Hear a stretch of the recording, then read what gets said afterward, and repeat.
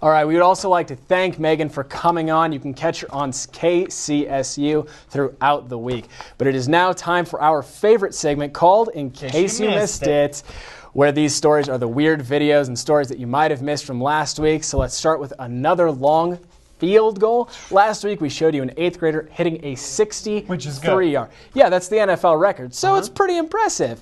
But this high schooler decided to hit a 67-yarder. High school.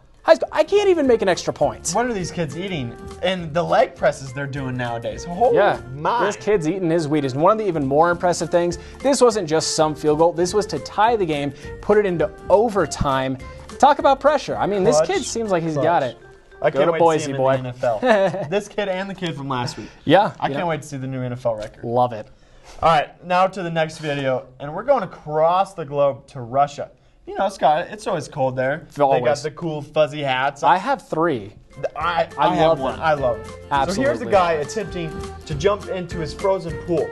Yes, that is a sheet of ice on top of it. After a little salute here, he jumps up. And Scott, what do you think happens next? He breaks the ice.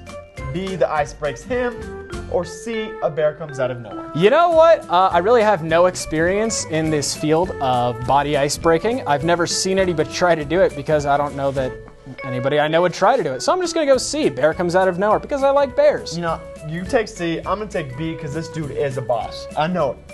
But that's the ice breaking him. And it happened. Oh. Ouch. Come on, son. He fully planks. Look at that. You know it's painful when the body goes completely rigid after he hits. He had to at least be in the hospital for a week. Put him on injured reserve. He is done. Yikes. All right.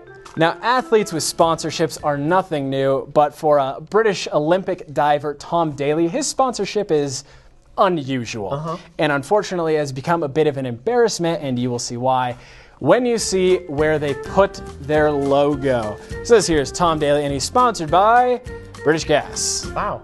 Is that on purpose? You know, I think it's just trying to catch your eye. Like, is that shock value? I mean, it's catchy. I don't understand I just hope this. That flame isn't flammable. Yeah, you would hope so. Watch out. Maybe it's not my cup of tea, but you know, any publicity is good publicity. This could become, the next time he dives, this could become a YouTube sensation. Probably. We called it. We called it. Right here. You heard it first. All right. Well, that's our show.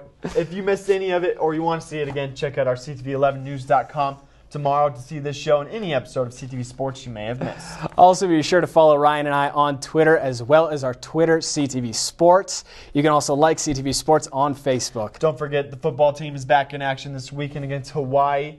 And folks, it's an orange out. Love orange outs. Tradition. I love it. All right, and in honor of the orange out, we put together a montage of some old clips from back when the Rams were the glory days. And of course, winning. And of course, we had to put over Fum Song.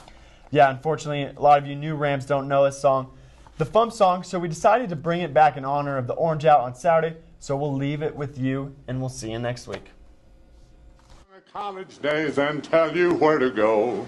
Aggies, where your knowledge is, and Boulder to spend your dough. CC for your sissy boys, Utah for your times. DU for your ministers and Runkard School of Mines. Don't send my boy to Wyoming U, a dying mother said. Don't send him to old Brigham Young, I'd rather see him dead.